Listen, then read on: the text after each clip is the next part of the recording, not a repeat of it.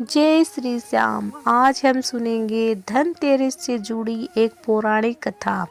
एक समय की बात है, भगवान विष्णु मर्त्युलोक में विचरण करने के लिए आ रहे थे। तब लक्ष्मी जी ने भी उनसे साथ चलने का आग्रह किया। तब विष्णु जी ने कहा, यदि मैं जो बात कहूँ तुम अगर वैसा ही मानो तो फिर हम चलेंगे।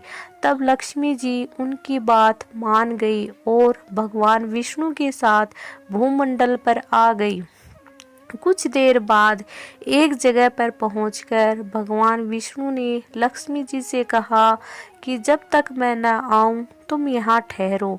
मैं दक्षिण दिशा की ओर जा रहा हूँ, तुम उधर मत आना। विष्णु जी के जाने पर लक्ष्मी जी के मन में कौतूहल जागा कि आखिर दक्षिण दिशा में ऐसा क्या रहस्य है जो मुझे मना किया गया है, और भगवान स्वयं चले गए। लक्ष्मी जी से रहा ना गया और जैसे ही भगवान आगे बढ़े, लक्ष्मी जी भी पीछे पीछे चल पड़ी।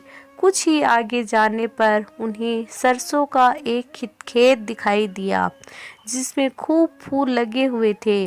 सरसों की शोभा देखकर वह मंत्रमुग्ध हो गई और फूल तोड़कर अपना श्रृंगार करने के बाद आगे बढ़ी। आगे जाने पर एक गन्ने के खेत से लक्ष्मी जी गन्ने तोड़कर चूसने लगी। उसी क्षण विष्णु जी आए और ये देख लक्ष्मी जी पर नाराज होकर उन्हें श्राप दे दिया कि मैं तुम्हें इधर आने को मना किया था, पर तुम ना मानी और किसान की चोरी का अपराध कर बैठी। अब तुम इस अपराध के जुर्म में इस किसान की 12 बरस तक सेवा करो। ऐसा कहकर भगवान उन्हें छोड़कर क्षीर सागर में चले गए। तब लक्ष्मी जी उस गरीब किसान के घर में रहने लगी।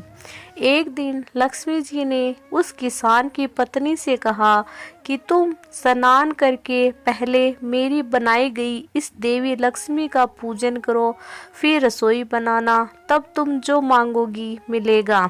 किसान की पत्नी ने ऐसा ही किया। पूजा के प्रभाव और लक्ष्मी जी की कृपा से किसान का घर दूसरे ही दिन से अन्न, धन, रत्न, स्वर्ण आदि से भर गया। लक्ष्मी जी ने किसान को धन धान्य से पूर्ण कर दिया। किसान के 12 वर्ष बड़े आनंद से कट गए। फिर 12 वर्ष के बाद लक्ष्मी जी जाने के लिए तैयार हुई। विष्णु जी लक्ष्मी जी को लेने आए तो किसान ने उन्हें भेजने से इनकार कर दिया। तब भगवान ने किसान से कहा कि इन्हें कौन रोक सकता है, ये तो चंचला है, कहीं नहीं ठहरती, इनको बड़े बड़े नहीं रोक सके। इनको तो मेरा श्राप था, इसलिए 12 वर्ष से तुम्हारी सेवा कर रही थी। तुम्हारी 12 वर्ष सेवा का समय पूरा हो चुका है। किसान हठपूर्वक बोला कि नहीं, अब मैं नहीं भेजूंगा लक्ष्मी जी को। तब लक्ष्मी जी ने कहा, हे किसान, तुम मुझे रोकना चाहते हो तो जो मैं कहूँ वैसा ही करो। कल 13 है, तुम कल घर को लीप पोत कर स्वच्छ करना, रात्रि में घी का दीपक जलाकर रखना और सायंकाल मेरा पूजन करना और एक तांबे के कलश में रुपए भरकर मेरे लिए रखना। मैं उस कलश में निवास करूंगी, किंतु पूजा के समय मैं तुम्हें दिखाई नहीं दूंगी। इस एक दिन की पूजा से वर्ष भर में तुम्हारे घर में नहीं रह जाऊंगी। ये कहकर वह दीपकों के प्रकाश के साथ 10 दिशाओं में फैल गई। अगले दिन किसान ने लक्ष्मी जी के कथा अनुसार पूजन किया। उसका घर धन धान्य से पूर्ण हो गया। इसी वजह से हर वर्ष 13 के दिन लक्ष्मी जी की पूजा होने लगी। बोलो देवी माँ लक्ष्मी की जय हो।